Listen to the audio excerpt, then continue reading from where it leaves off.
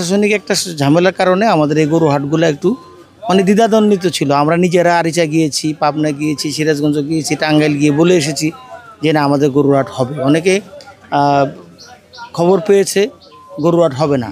আর বিগত দিনে এই হাটটা আওয়ামী লীগ নিয়ন্ত্রিত ছিল, তারাও এখানে বিভিন্ন ধরনের প্রপাগান্ডা প্রচার করতেছে যে হাট এবার জমবে না, হাট হবে না। কিন্তু আমরা শত বাধার পরেও আমরা কিন্তু হাট জমাইছি।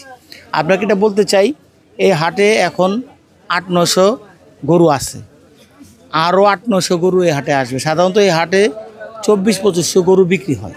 তো ওই গরু বিক্রি হবে, গরু আসবে, গরু বিক্রি হবে, গরু আসবে। যারা এই হাটে আসে পাইকাররা তারা জানে। এবং এই হাটের একটা সুবিধা হলো এখানে কোনো পেক্কাদা নেই।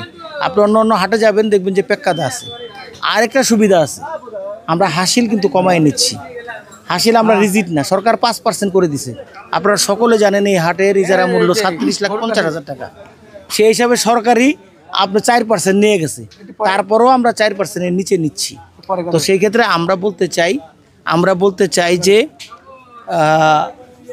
এখানে আসলে লাভের কোনো বিষয় আমরা চিন্তা করি না। আমরা যারা ইজারাদার আছি, এলাকার লোকজনের যাতে গরু কিনতে কোনো অসুবিধা না হয়, জনগণের সুবিধার জন্য।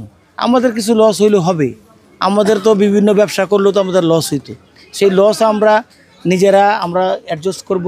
আমাদের লাভের প্রয়োজন নেই, তাও যাতে যারা পাইকাররা আসছে তাদের গরু নির্বিঘ্নে বিক্রি হয়।